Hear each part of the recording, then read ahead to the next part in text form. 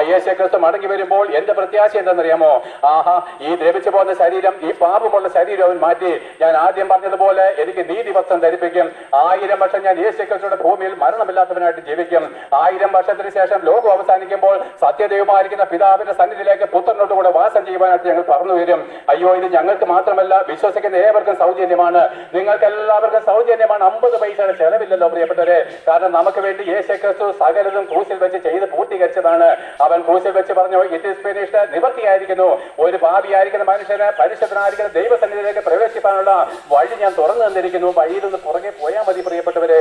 എന്നാൽ നോക്കുവിന് നിങ്ങൾ ഇതിനെ തള്ളിക്കളഞ്ഞ് ഉന്നത ഭാവവും നഗലഹൃദയവും മതഭക്തിയും പാരമ്പര്യം നിന്നുകൊണ്ട് ദൈവത്തെക്കാളുപരി യേശുക്രിസ്തുവിനേക്കാളുപരി മനുഷ്യരെ ഭയപ്പെട്ടും മതത്തിന് കീഴടങ്ങിയും പാപിയുമായിട്ടാണ് നിങ്ങൾ മരിക്കുന്നെങ്കിൽ, പള്ളിയിലച്ചൻ പോലും മാനസാന്തരപ്പെടാൻ മരിക്കുന്നെങ്കിൽ, ഇന്നാണ് യേശുക്രിസ്തു മടങ്ങി വരുന്നെങ്കിൽ ഇന്ന് 1000 ആണ്ട് തികയുന്ന ലോകം അവസാനിക്കുമെന്നും അന്ന് എന്റെ പ്രസംഗം കേട്ട നിങ്ങൾ ഓരോരുത്തരും ഇന്ന് പാപമോചനം നേടുന്ന ക്രിസ്തുവിനെ കൂടാതെ മരിക്കുകയാണെങ്കിൽ, അവന്റെ രക്തത്താൽ മുദ്രയെപ്പോഴും ഇടപെടാതെയാണ് മരിക്കുന്നെങ്കിൽ, 1000 ആണ്ട് കഴിഞ്ഞുള്ള ലോകാവസാന ദിവസം നിങ്ങൾ ഓരോരുത്തരും കല്ലറകളെ വിട്ട് ഇതേ രൂപത്തിൽ എഴുന്നേറ്റ് വരും. ഞാൻ പറഞ്ഞല്ലോ, നിന്റെ മനുഷ്യരത്തിനകത്ത് നിന്റെ യഥാർത്ഥമായിരിക്കുന്ന രൂപത്തിലുള്ള ആത്മരൂപമുണ്ട്.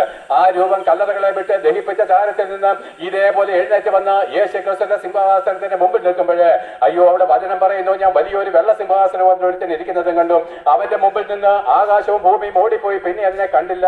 ഓ, മരിച്ചവർ ആബാലവൃത്തം അവന്റെ മുമ്പിൽ നിൽക്കുന്നത് കണ്ടു. പുസ്തകങ്ങൾ തുറന്നു, ജീവന്റെ പുസ്തകം എന്ന വേറൊരു പുസ്തകം തുറന്നു. മരിച്ചവർക്ക് ഓരോരുത്തർക്കും അവനവന്റെ പ്രവൃത്തിക്കൊത്തവണ്ണം ശിക്ഷാവിധിയുണ്ട്. പ്രിയപ്പെട്ട, നിന്റെ സകല രഹസ്യങ്ങളും നീ പറയുന്നു നീ വിശുദ്ധനാണ്, നല്ലവനാണെന്ന്. നിന്റെ സകല രഹസ്യങ്ങളും വന്ന് പരസ്യപ്പെടുന്ന ഒരു ദിവസമുണ്ട്. സകല മനുഷ്യരുടെയും ദൈവദൂതന്മാരുടെ മുമ്പില്, അയ്യോ, നമ്മുടെ ഹൃദയത്തിലെ സകല രഹസ്യങ്ങളും പരസ്യപ്പെടുന്ന ആളില് നിന്റെ മതഭക്തിയും നിന്റെ പുരോഹിതന്മാരും നിന്നെ രക്ഷിക്കത്തില്ല. നീ കുടിപടിക്കുന്ന ഒരു രാഷ്ട്രീയ നേതാവ് നിന്നെ രക്ഷിക്കത്തില്ല. യേശുക്രിസ്തു പറഞ്ഞു, എന്റെ കരങ്ങളിൽ നിന്ന് നിന്നെ വെടിവെപ്പാൻ ശക്തനുള്ളവൻ ആരുമില്ല. യേശുക്രിസ്തുവിന് മുമ്പിൽ അവനേക്കാൾ ശക്തനായിരിക്കുന്ന ഒരുവനുമില്ലാത്തതുകൊണ്ട് അവൻ നമ്മുടെ പാപങ്ങളെ രഹസ്യങ്ങളെ പരസ്യപ്പെടുത്തി നിത്യമായിരിക്കുന്ന നരകത്തിലേക്ക് എറിഞ്ഞു കളഞ്ഞാല് അന്ന് ആകാശമില്ല, ഭൂമിയില്ല, സൂര്യചന്ദ്ര നക്ഷത്രാദികൾ ഇല്ലാത്തത് കൊണ്ട് കാലമില്ല, സമയമില്ല. അവൻ നമ്മളെ നരകപ്പൊയിലേക്ക് തീപ്പൊയിലേക്ക് എറിഞ്ഞു കളഞ്ഞാൽ പ്രിയപ്പെട്ടവരെ, അവിടെ കാലമില്ല, സമയമില്ല പ്രിയപ്പെട്ടവരെ. ഒരു നാൾ വരെ മടങ്ങി വരവില്ല. അയ്യോ, ഞങ്ങൾ കണ്ണുനീരോടെ നിലവിളിയോടെ നിങ്ങൾ പ്രസംഗിക്കുന്നു.